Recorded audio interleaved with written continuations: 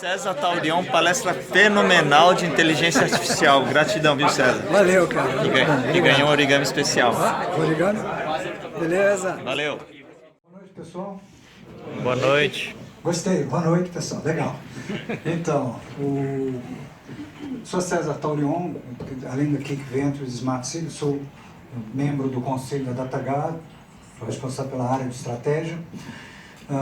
Evandro, logo a seguir, vai conversar, o CEO da DataGuard. O pessoal da DataGuard está espalhado por aí. Então, vai ser interessante depois a gente trocar algumas ideias, conversarmos um pouquinho. Nosso papo, pelo menos a minha ideia, eu creio que no máximo uma hora, um pouco menos, eu espero, quero conversar com vocês sobre o futuro e o papel da inteligência artificial e compartilhar com vocês essa nossa visão do impacto da inteligência artificial na sociedade, nas nossas tarefas, funções, nas carreiras, no nosso dia a dia como um todo. Mas para começar isso, nada melhor que colocar como um pano de fundo o cenário de negócios que nós estamos... Tecnologia, avança aqui, não avança ali. Pois é, foi. Enfim, mas acredito no resto que eu vou falar, né? Mas nós estamos no mundo digital, né? Os números mostram isso. Os 7,5 bilhões de pessoas que, né, ficam pulando aqui no planeta, nós temos mais de 4 bilhões hoje conectados à internet, muitos usando dispositivos móveis e uma parcela significativa em redes sociais. E esse número vai aumentar e vai aumentar muito. Provavelmente nos próximos 10 anos nós vamos estar atingindo 80%, 90% da sociedade conectada. Isso tem um impacto significativo. E se nós olharmos o avanço da computação, além de algumas datas importantes, o próprio nascimento da computação, o microcomputador, o IBM PC em 81, né, muitos de vocês não tinham nascido, mas 2007 é um ano emblemático, né, que surgiu o smartphone. O smartphone está hoje no nosso dia a dia. Ele permitiu que nós fizéssemos coisas que há 10 anos atrás a gente não imaginava. Ninguém pensava em fazer um Waze, Airbnb, Uber, essas coisas. Não dava para fazer. Hoje nos permite isso. E é interessante que nós podemos olhar o smartphone como emblemático desse processo de digitalização que acontece na sociedade. Vamos pensar o seguinte, o que acontece quando nós caminhamos para a digitalização? O primeiro fenômeno é a desmaterialização. Vamos tirar as coisas que estão aqui dentro? Nós vamos tirar uma filmadora, uma máquina fotográfica, um GPS, um celular, um laptop, né, um computador, uma enciclopédia, um monte de coisas que eram, né, produtos estavam aqui. Deixaram de existir e passaram para ficar aqui dentro. O segundo fenômeno depois da desmaterialização é desmonetização. Sobe o preço de cada um desses produtos. É muito mais do que um iPhone.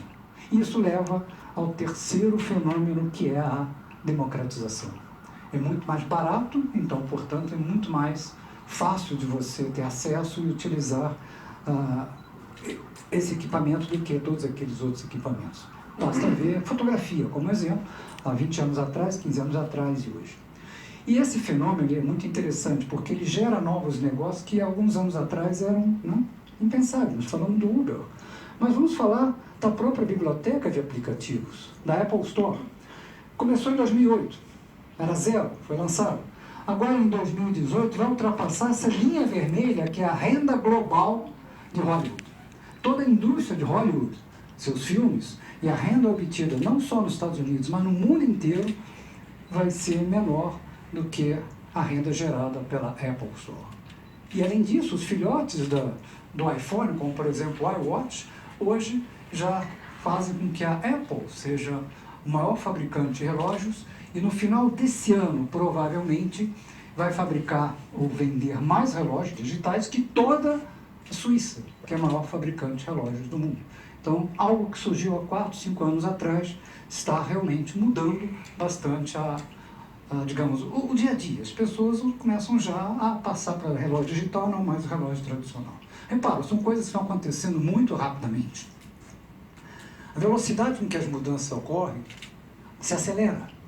principalmente quando vamos para o mundo digital. O mundo digital não tem fronteiras, não tem logística, então as coisas avançam muito mais rapidamente e não medimos mais, por exemplo, um marcador em décadas, anos, estamos medindo em dias e provavelmente vamos começar a medir em horas. Então esse é um símbolo da velocidade com que as coisas acontecem, de modo que a gente pode até afirmar que ficção científica, no fundo é antecipação científica. Falar de ficção científica não é mais uma questão se isso vai acontecer, mas quando vai acontecer. Nós estamos falando, digamos, de trem de alta velocidade, ou a Hyperloop, nós estamos falando de veículos autônomos, nós estamos falando de drones. De alguma forma, nós já vemos isso aí no nosso dia a dia. Experimentalmente aqui, experimentalmente ali. Não tudo junto, mas nada impede que daqui a 2 anos esteja junto, daqui a 5 anos seja lugar comum. Então, vamos falar em antecipação científica, porque não é se, mas sim quando. Isso nos leva a pensar o seguinte: determinadas tecnologias podem ter um impacto muito grande. Talvez a gente nem perceba. Aqui é um protótipo de uma impressora 3D, não é um forno de micro-ondas. Claro, não está fazendo isso.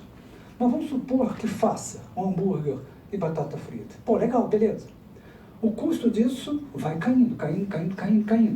Vamos imaginar daqui a 20 anos, 30 anos. Quando a gente fala 20, 30 anos, vocês estão na faixa dos 20 anos, vocês vão estar aí nos 50 anos, vocês vão chegar aos 50, mas repara, no meio da vida profissional, que vai ser de 70, 80 anos, ninguém mais vai se aposentar mesmo, então, aos 70, 80 anos estão lá firme e forte.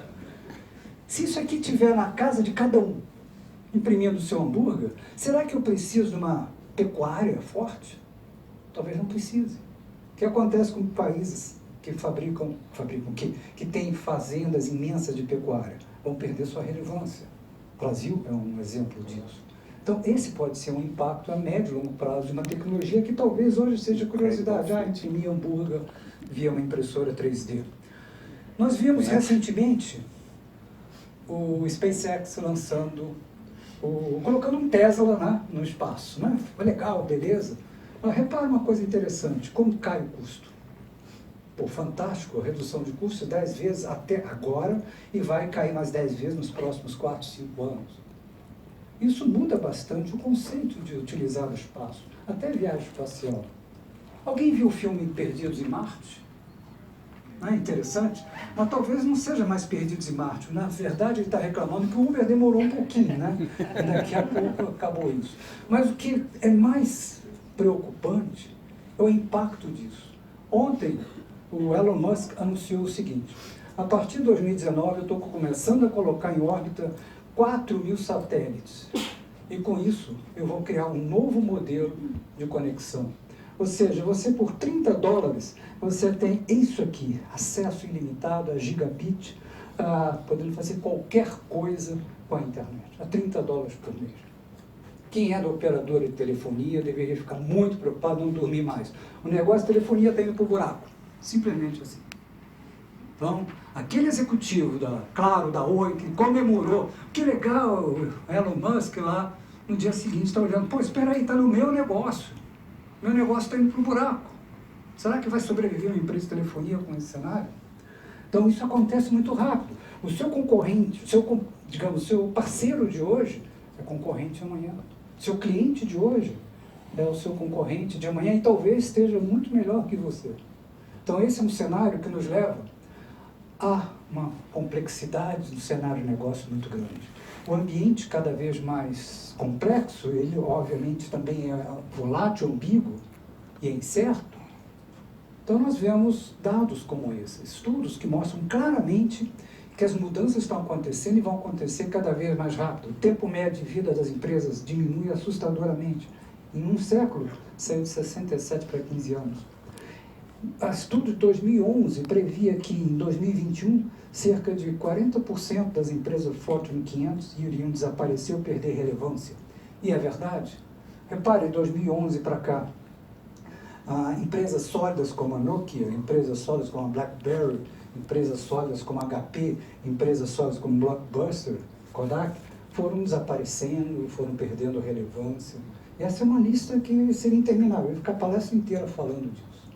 Então, essas coisas estão acontecendo, sim, e embora nós conversando com os executivos, nosso dia a dia com os executivos, vemos que a maioria deles, de alguma forma, está assim, antenada. Os problemas estão acontecendo, as disrupções estão vindo, mas vocês observarem ali, a imensa maioria das empresas ainda não está preparada para isso. Esse é o cenário que nós estamos vivenciando. Esse é o cenário que nós colocamos a inteligência artificial. A inteligência artificial é o motor de toda essa transformação. Hoje nós temos muitos dados. Os dados são o novo petróleo, mas petróleo ali no chão não significa nada. O motor é que vai gerar energia, o motor que vai mover as coisas. E esse motor é a inteligência artificial.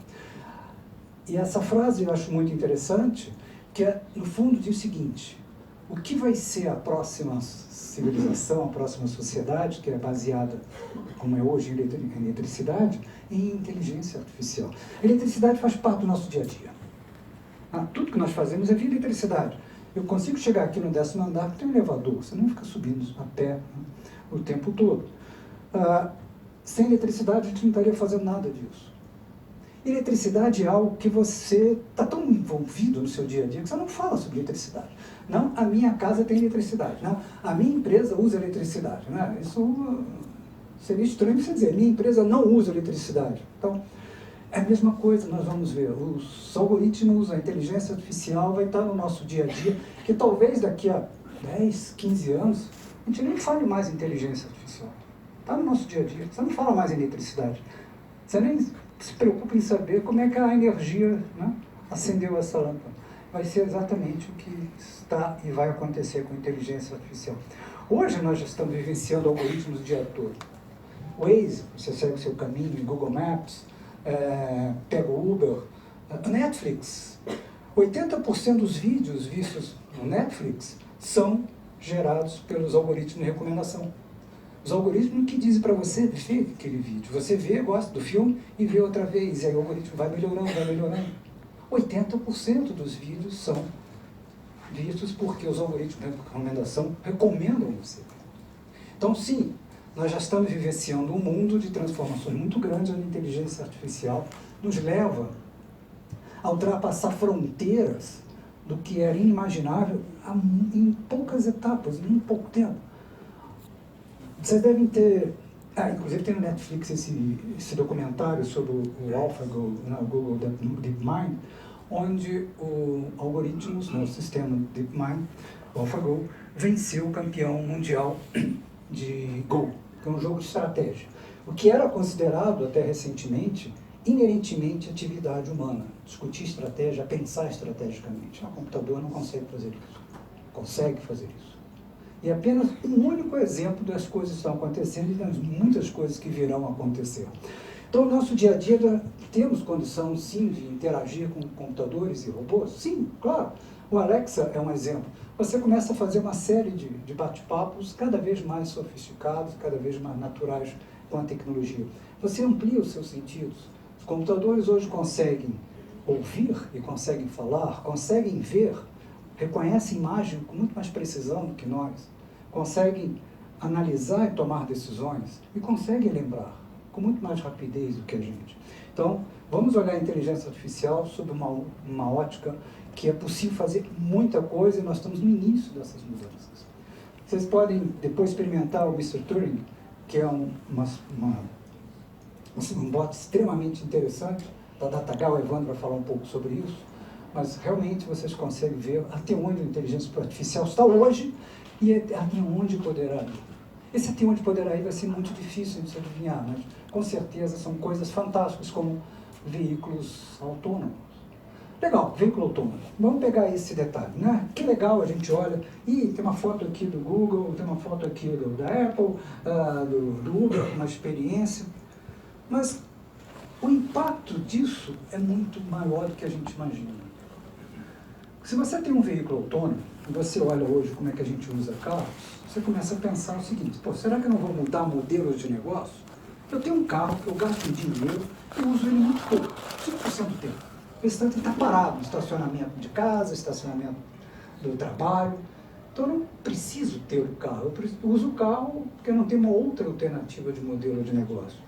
Se eu saio dessa concepção de ter propriedade para usar, isso muda primeiro a indústria automotiva, ou seja, o carro vem, me pega, leva para outra pessoa, para outro lugar, ou significa que em vez de eu, como, digamos, uma GM, uma Ford, faça um carro para cada um de vocês, eu faço 3 ou 4 carros e vocês compartilham. Você vai usar um pouquinho, depois um pouquinho, um pouquinho, um pouquinho. Isso já muda o modelo de negócio da indústria automotiva. Se eu não mais compro o carro, eu não preciso comprar tantos carros, isso muda o modelo de negócio e necessidade do setor de concessionários. Se o carro está me levando para lá e para cá, e eu não sou o proprietário, é porque ele tem algo parecido com o que a gente chama de Uber, ou que a gente chama de localiza para alugar o carro. Então, quais são as fronteiras de negócio entre uma GM, uma localiza e um Uber? Talvez não existam mais separações entre setores de indústria. E talvez não precise mais de seguro de carros, porque o carro não vai cometer os desatinos que nós cometemos no trânsito. Não vou precisar de estacionamento.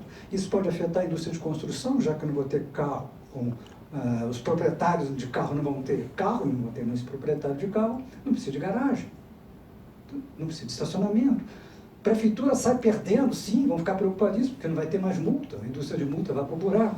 Então, repare que a onda de choque é muito grande. Isso é provocado por uma convergência de tecnologia, dos quais talvez a principal aí seja a inteligência artificial. Então vemos inteligência artificial em veículos que andam na terra, veículos que andam no mar, agora esses próximos meses um porta-container navegando nas costas da Noruega, nós vemos já em operação em depósitos, centros de distribuição, como os da Amazon, mais de 45 mil, nós vemos na área jurídica, e aqui uma coisa muito interessante.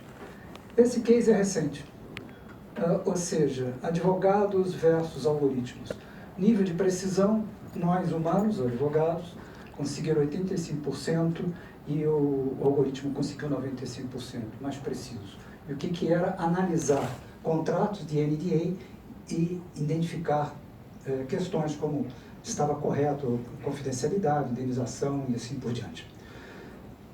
A diferença não é apenas só na precisão, que cada vez mais os algoritmos vão ser mais precisos, mas no tempo. O tempo médio era 90 minutos, chegando a algumas horas em alguns casos, enquanto o algoritmo era 26 segundos. Então você sai de 2, 3 horas, digamos, para 26 segundos. Indiscutivelmente, é algo que começa a colocar em xeque a necessidade de advogados fazerem essa atividade. E aí entra uma questão mais ampla, o impacto disso. Quem faz isso no escritório de advocacia? Os estagiários. Né? O estagiário fica aí, analisa esse contrato aí, coisas bobas, e o sênior está lá, o chefe do escritório, o dono do escritório. E como é que você chega a ser advogado sênior? Se você não precisa mais de estagiário, você vai ter uma grande dificuldade de ser advogado sênior. Mata os estagiários, você chega a sênior como? Hoje ele chega a sênior sendo estagiário, depois júnior e assim por diante. Se você elimina essa atividade, você tem aí um problema de como formar novos advogados. O que significa que nós temos que ir no modelo educacional da formação do direito e repensar como é feito hoje para esse novo modelo. É isso que nós falamos do impacto da inteligência artificial. Não é apenas a curiosidade que ele substitui advogados em algumas atividades, mas qual é o impacto disso na cadeia como um todo. Na medicina, nós conseguimos já repensar o uso, digamos, do modelo de ser corretivo para trabalhar cada vez mais no preditivo, e a tecnologia nos permite seguir nessa linha, como, por exemplo, medindo a pressão do olho, o que nos leva a um novo modelo de medicina, onde inteligência artificial e robótica vão fazer parte do dia a dia. A questão não vai ser mais se determinada área médica, hospital ou médicos estão utilizando os recursos de inteligência artificial. O que vai chamar a atenção é se ele não estiver usando o recurso de inteligência artificial.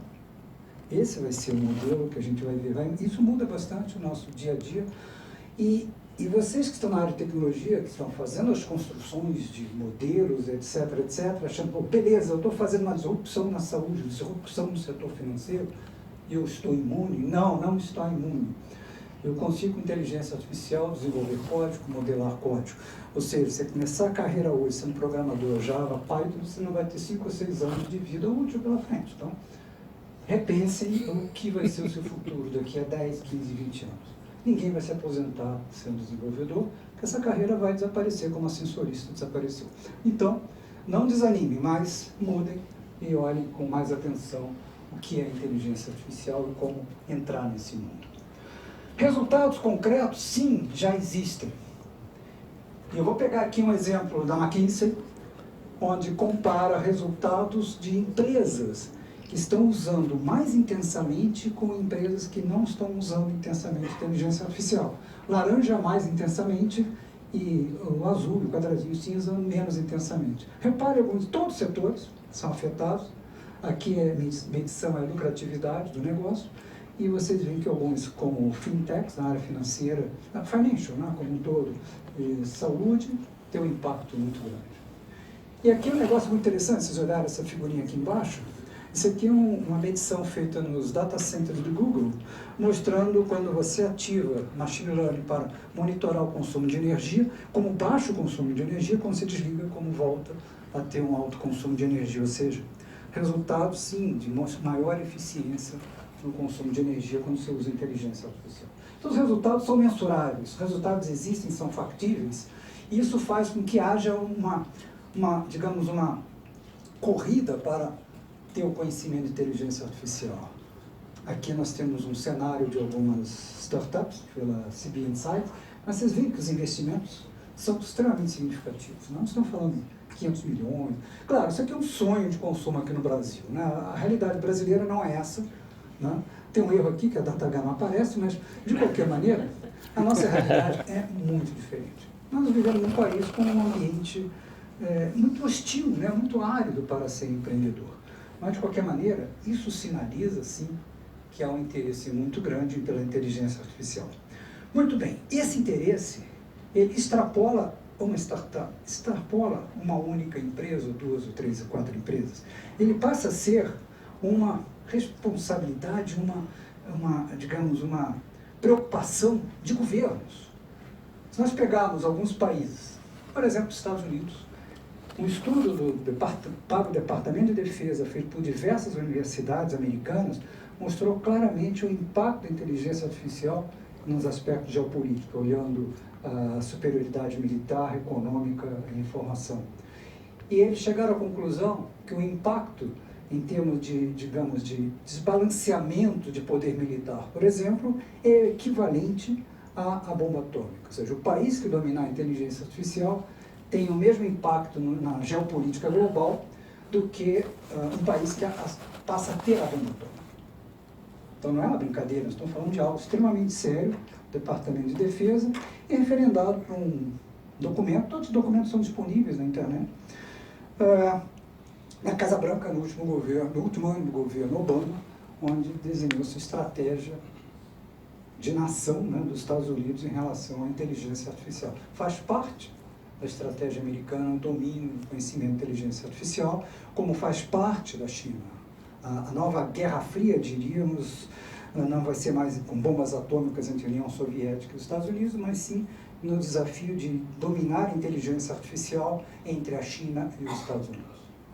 Se pegarem as 10 maiores empresas em termos de domínio de inteligência artificial, são americanas e chinesas. Estamos falando da Amazon, Facebook, Google, Apple, IBM, Microsoft, com exemplos americanos. Estamos falando da Tencent, Alibaba, uma outra chinesa, Baidu, esqueci do Baidu, quer dizer, do planeta China, né? Então, essas estão na frente. E repare, embora meu chinês não seja muito bom, eu consegui que alguém traduzisse isso para mim. Mas repara só a importância que se dá. É estratégico para a China. Também estratégico para a Rússia. Olha lá o Putin falando, gente, isso aqui é fundamental para a Rússia. Também quer fazer parte dessa discussão. E mesmo países que hoje estão nadando em petróleo, como Emirados Árabes, chegando à seguinte conclusão: a era do petróleo vai acabar sim, não por falta de petróleo, mas por falta de demanda de petróleo. Então eu vou usar essa vaca leiteira, que é o petróleo, para investir em inteligência artificial. Ele criou o Ministério da Inteligência Artificial. Enquanto isso, né, aqui em Brasília. Mas, independente disso, reparem como isso é importante. Nós estamos falando de algo que tem um impacto muito grande, e esse impacto vai se refletir no nosso dia a dia, na nossa vida. Né? A gente está falando legal, e olha só que beleza, mas será que as minhas atividades, as minhas funções, minhas carreiras vão continuar como estão? Estudos mostram que provavelmente nós vamos ter muitas profissões desaparecendo, como sempre desapareceram, só que a velocidade é muito mais rápida, novas funções aparecendo, novas profissões, e muitas sendo modificadas. Então nós estamos vendo aqui um estudo mostrando que algumas profissões, principalmente as mais robotizáveis, vão desaparecer. Quanto mais repetitiva for a atividade, quanto mais facilmente copiável, mais facilmente ela vai ser automatizada. Então não é que o robô vai tomar o nosso trabalho, é nós que estamos fazendo o trabalho de robôs em muitas atividades. Então ele vai pegar o que é dele, simplesmente isso. Aonde vamos ficar? Vamos ficar fazendo outras coisas. Porque é muito difícil você lutar contra um cenário desse. Se eu consigo substituir o trabalho 360.000 horas por alguns segundos, é impossível alguém chegar e dizer, não, não vou fazer isso. Vai fazer isso, como o JP Morgan já está fazendo isso. Portanto, eu tenho que assumir esse tipo de trabalho. O trabalho onde a inteligência artificial não possa fazer, que são exatamente esse tipo de atividades. Atividades que demandam sociabilidade, demandam empatia, demandam criatividade. O que não for isso, ou seja, fazer atividades robotizáveis, reconhecimento de imagem, reconhecimento de padrões, isso aqui a máquina faz muito mais rápido. Isso aqui é o nosso trabalho, isso aqui é o que a máquina faz. O grande problema que nós temos, infelizmente, é que o nosso sistema educacional enfatiza isso e quase impede que isso aconteça. Não, trabalho é trabalho, casa em casa. Não traga seus problemas de trabalho para casa. Isso aqui é exatamente o contrário. Sim, não existe diferença entre trabalho e casa. Você não é uma máquina. Seus problemas pessoais são os problemas dentro da organização. Claro, não tem como separar. Então nós temos que repensar o nosso sistema educacional, um sistema que a formação é de especialização, de atividades robotizáveis, onde você tem que aprender, passar no Enem para passar no vestibular, e faz um monte de coisa que talvez não tenha sentido nenhum. Para que você vai, de repente, entrar numa determinada carreira e vai aprender química, física? Talvez não precise. Isso aqui tem que ser privatizado. Então, nosso sistema educacional tem que ser repensado, porque ao longo dos próximos anos, talvez próximas poucas décadas, os robôs vão fazer esse trabalho, vão assumir esse trabalho. Em qualquer que seja o país, não vai ser só nos Estados Unidos, na Europa. Então, nós temos que enfatizar esse tipo de pensamento, esse tipo de formação educacional, desde criancinha. Resolução de problemas, pensamento crítico, criatividade, assim por diante. Repare, é o Fórum Mundial que está falando. Então, nós estamos falando não de uma pesquisa aqui, outra ali, mas estudos bastante sólidos. E o impacto vai a todos os países do mundo. Esse é um recente estudo da Deloitte, mostrando que não é só nos Estados Unidos. Não, o Brasil é diferente. Não, no Brasil, está aqui. Olhando 3 vertentes, nós estamos falando aqui da relevância, o impacto, nós estamos falando aqui do tempo, nós estamos falando aqui do grau de prontidão que o país estaria. Em termos de relevância, sim, é bastante alto. Nós estamos falando de alta relevância. Nós estamos falando de tempo, chamado tempo médio, mas quando a gente olha o tempo médio na velocidade da sociedade digital, nós estamos falando de poucos anos, 2, 3 anos. Não é mais 20, 30 anos, são 2, 3 anos. E nós estamos falando de preparação. Como nós estamos? Mal. Estamos mal. A inteligência artificial está sendo muito pouco estudada na academia. A inteligência artificial está sendo muito pouco aplicada nas empresas. A inteligência artificial ainda é uma curiosidade, quando já deveria ser algo muito mais concreto, está no dia a dia. Portanto, qualquer que seja o seu negócio, uma empresa estabelecida, uma startup, se você não tiver uma estratégia de inteligência artificial, você tem um sério risco de sobrevivência nos próximos anos. Vamos pegar alguém para falar isso. Não sou eu que estou falando, é o CEO da eBay dizendo, gente, é isso aí. Ou aprende, usa, ou morre. Simples assim. Portanto, quando a gente olha essas frases e olhamos a realidade, comparamos com a realidade, a gente fica preocupado. Quando pegamos um mapa desse que nos diz que mais da metade não fizeram nada ainda, em termos de empresas, apenas uma parcela pequena tem uso intenso, 5%. Talvez ali tenha uma Amazon, um Facebook, uma Apple. O restante está aqui fazendo uma experiência lá, uma experiência aqui, uma experiência acolá. Algo muito preocupante está acontecendo. As empresas não estão preparadas. E esses desafios aparecem nas empresas que estão fazendo no talento, falta talento. Não há formação de pessoas preparadas para inteligência artificial. O Evandro depois vai comentar um pouquinho até do I2E2, uma iniciativa nossa, o Instituto de Inteligência Artificial Aplicada, formação de talentos de inteligência artificial e a dificuldade que se tem para descobrir os talentos adequados. E interessante que, se você observar, as empresas estão atrasadas, elas não estão preocupadas com o talento, simplesmente porque não estão preocupadas com a inteligência artificial ainda. E vão ter muita dificuldade em encontrar pessoas preparadas. A escassez de pessoas preparadas é muito grande hoje e vai continuar, pelo menos no horizonte previsível. Contar com universidades, eu não conto. Elas avançam muito lentamente, se transformam muito lentamente, tem uma burocracia imensa do MEC que faz com que as coisas não avancem, então não conto com as universidades. As universidades talvez tenham alguns professores preparados, mas ela como um todo, como sistema de educação, não está preparando profissionais para o ambiente de inteligência artificial.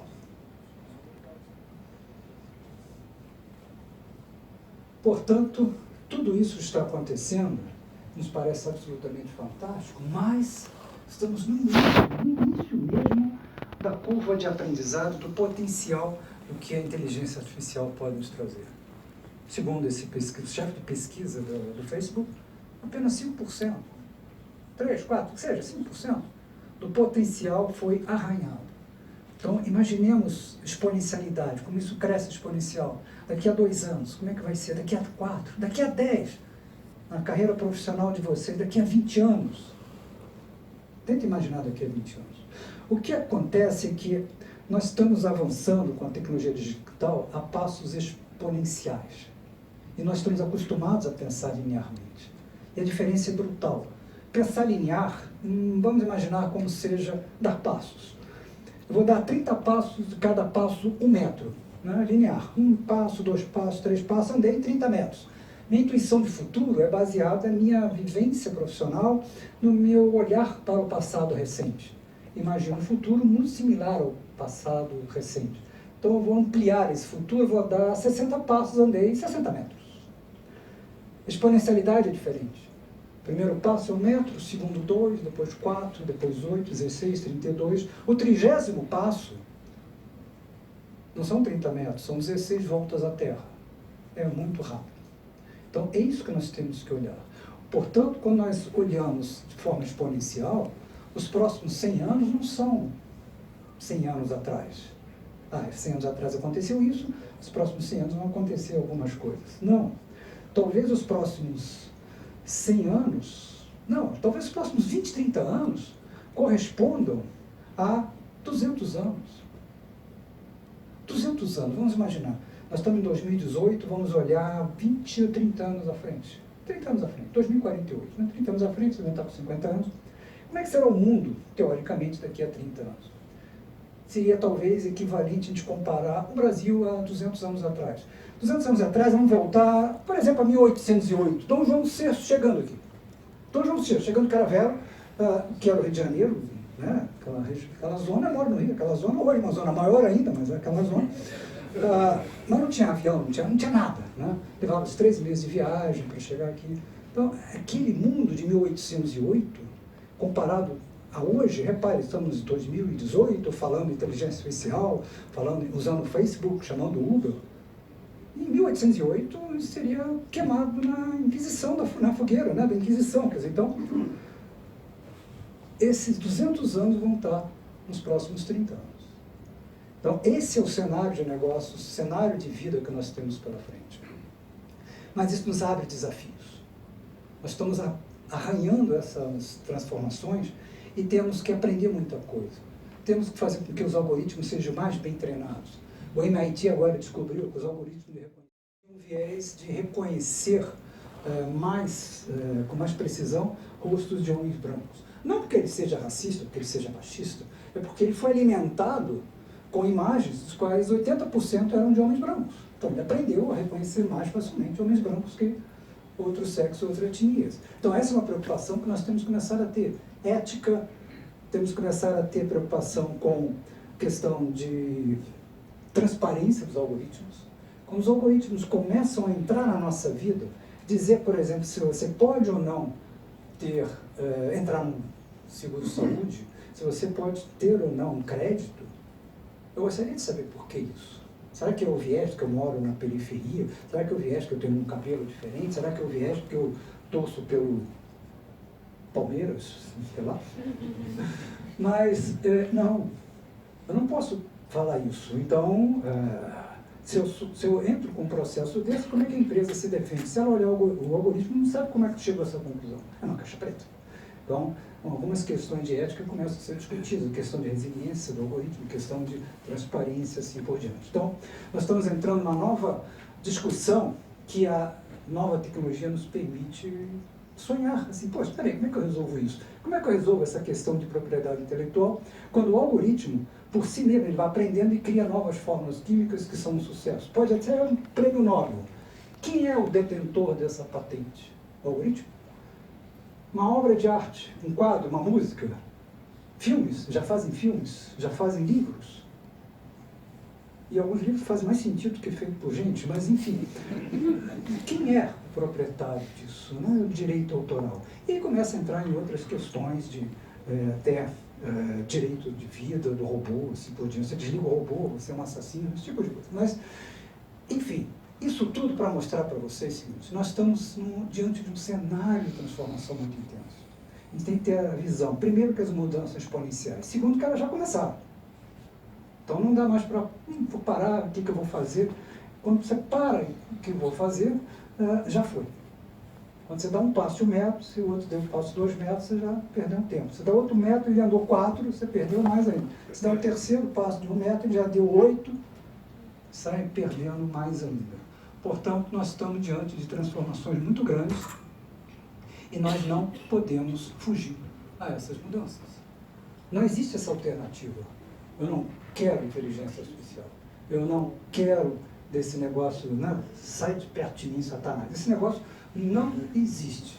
Vai acontecer mesmo. Você não tem o que evitar.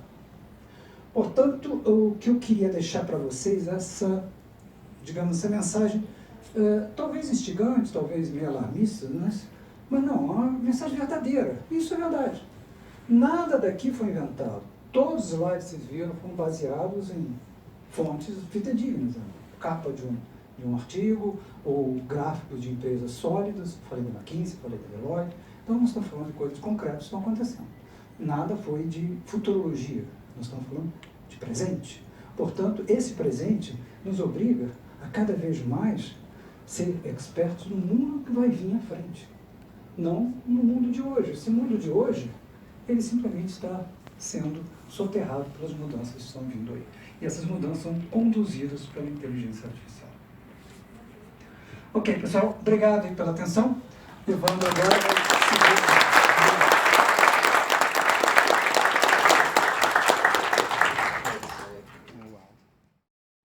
Obrigado. Mais alguma pergunta? Pois não? Não vou conseguir ficar sem perguntar. César, Evandro, conheci você pelo LinkedIn, é um prazer estar aqui na palestra.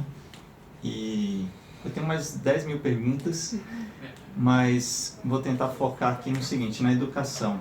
Vocês dois falaram da educação, a gente conversou em janeiro online. Você sabe do meu projeto de programação em robótica, Educação Maker. E eu confesso que eu estou emocionado com a palestra, porque realmente eu tenho uma revolta muito grande com tudo e eu sou realmente maker. Eu acho que a gente tem que fazer acontecer. Mas eu vejo essa área de programação em robótica, o próprio Scratch, que é do MIT, que vocês também citaram, foi criado pelo MIT para ajudar as crianças a aprenderem código, né?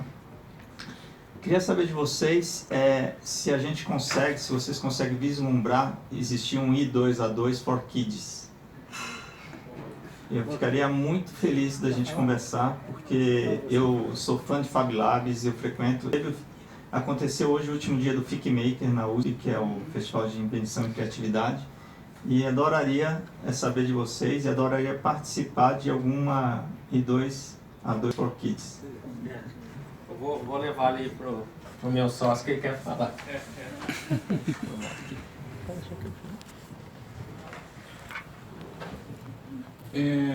Um depoimento interessante, tá?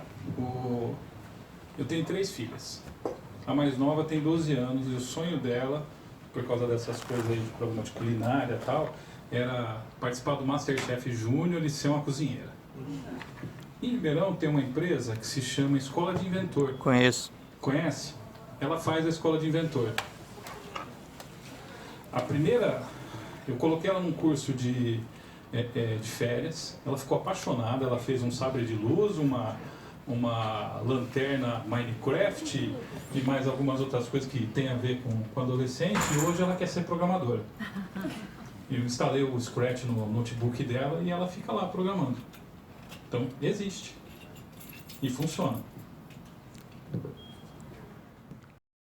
Pergunta, né? Como competir nessa civilização aí que está chegando? Você comentou muito do esforço de inúmeras nações, né? Também via armamento militar, o exército, o quanto que eles estão se evoluindo nessa parte, e o exército brasileiro está ocupando o Rio de Janeiro. E uma das pessoas que entrou na comissão para averiguar a necessidade, os efeitos dessa permanência do Exército no Rio, é a vereadora Marielle Franco. Ela foi assassinada com motorista no meio da rua ontem. E dado que, assim, você fala que 10, 20, 30 anos o mundo vai viver uma realidade nova, qual que é a sua opinião, qual que é a sua leitura, na verdade, do Brasil? Porque se a gente já não tem investimento em graduação, então a gente não tem mão de obra. Se a gente não tem investimento em mestrado e doutorado, então não tem avanço da ciência, né, do conhecimento. Se a gente já tem esse T0, se a gente considerar hoje, 15 de março, a gente já está atrasado algumas décadas, e a gente tem 1, 2, 3 décadas, não só na sua visão, como mais de outras pessoas da área, a chegar num vai ou racha de AI, qual que é a sua leitura para o Brasil? O que a gente poderia fazer para ajudar?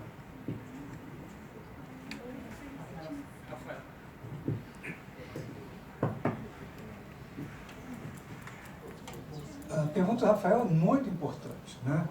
A gente vai ter uma situação, quer dizer, o Brasil é um país que tem grandes desafios, sim, nós sabemos disso, né? Ele falou do assassinato, nós estamos aí em 2018, nos últimos 10 anos, 2009 para 2018, 9 anos, 400 mil pessoas foram assassinadas no Brasil, 400 mil pessoas. As perdas do exército americano na Guerra do Vietnã, todo o período da Guerra do Vietnã, desde o início da intervenção no final dos anos 60 até a retirada de Saigon em 75, foram 52 mil mortes. Então, nós temos 8 vezes mais mortes que o exército americano numa guerra, né? Nós estamos na nossa própria guerra.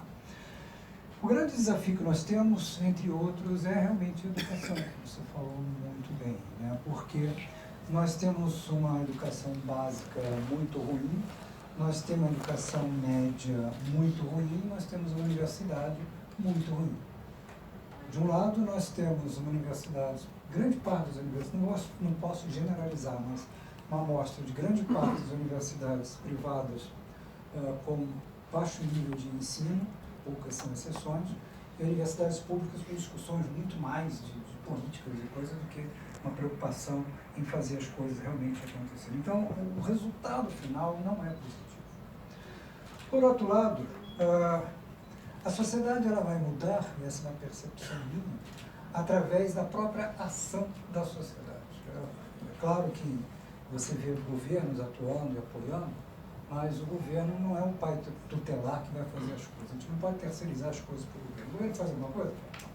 O importante que a gente tem que começar a brigar para, primeiro, menos trabalho do governo em cima da nossa atividade. Quanto menos o governo interferir, melhor. Pelo menos não atrapalha, porque ele hoje atrapalha e ainda pega metade do seu dinheiro. É um sócio ótimo, né? Aquele sócio que não trabalha, atrapalha e pega metade do dinheiro. Então, quanto menos interferir, melhor. Segundo, nós temos que começar a nos mobilizar para isso, a sociedade fazer isso. As redes sociais têm uma contribuição muito grande. Vocês viram aí 3 milhões de pessoas conectadas no Brasil, são 120 milhões no WhatsApp, cerca de 106 milhões no Facebook. Então, nós podemos nos mobilizar e fazer as coisas acontecerem. E não ficar esperando que alguém faça alguma coisa. Isso é um hábito secular do brasileiro, que eu falo brasileiro, uma grande parte da cultura brasileira, que tem que achar alguém, um Messias, que vai resolver os problemas. Não vai. Quem vai resolver os problemas da sociedade somos nós. Então, esse é um ponto. Bom, o que fazer diante desse cenário, né? Temos que fazer essas coisas, mas diante desse cenário, quais são as possibilidades dessas coisas acontecerem? São muito grandes? Não, não são grandes. Mas, por menos que sejam, né, seja 1%, existe a possibilidade de fazer melhorias no país. Existe. A DataH é um exemplo claro. O I2A2, todo esse treinamento, é feito por nós. Não tem dinheiro público nenhum. Ninguém ficou esperando que alguém fizesse.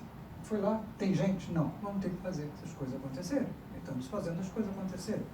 Por que outras coisas não podem acontecer? Podem acontecer. A gente está fazendo, outras empresas podem fazer também. Outros grupos de pessoas podem começar a fazer.